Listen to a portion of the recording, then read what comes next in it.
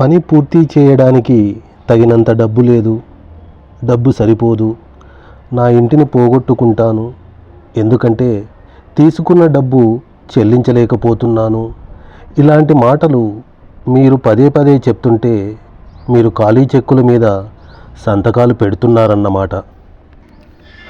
భవిష్యత్తు గురించి మీరు భయపడుతుంటే మీరు ఖాళీ చెక్కు రాస్తున్నట్టే, ప్రతికూల పరిస్థితులను ఆకర్షిస్తున్నట్టే. మీ అంతర్గత మనసు మీ భయాన్ని, మీ వ్యతిరేక వాక్యాన్ని మీ కోరికగా స్వీకరిస్తుంది. తన పద్ధతిలో మీ జీవితంలోకి అడ్డంకులు, ఆలస్యాలు, కష్టాలు తీసుకురావడానికి ప్రయత్నిస్తుంది.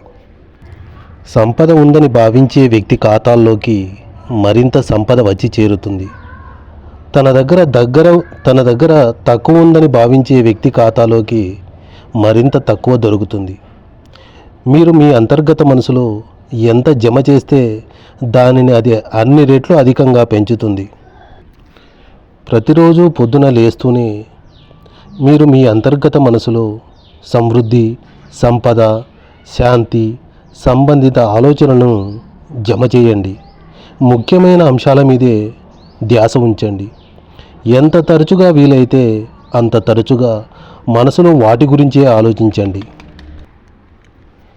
నేను అలాగే చేశాను, అయినా ఏమీ జరగలేదు అని మీరు అనవచ్చు. మీకు ఫలితం దక్కలేదు, ఎందుకంటే బహుశా 10 నిమిషాల తర్వాత మీరు మీ మనసులో ఏవో భయాలు పెట్టుకున్నారు. దాని మూలంగా మీరు మొదట్లో తీసుకున్న ప్రమాణాలు నిర్వీర్యమైపోయాయి. మీరు నేలలో ఒక విత్తనం పాతాక అదే రోజు దాన్ని మళ్ళీ తవ్వి తీయరు. అది వేళ్ళూనుకొని మొక్కగా పెరిగేలా చూస్తారు. మీరు మీ అంతర్గత మనసును సంపద మీదే అని, మీ జీవితంలో అది ఎప్పుడూ ప్రవహిస్తూనే ఉంటుందని ఒప్పించగలిగితే అది ఏ రూపం ధరించినప్పటికీ మీకెప్పుడూ చివరి వరకు దొరుకుతూనే ఉంటుంది.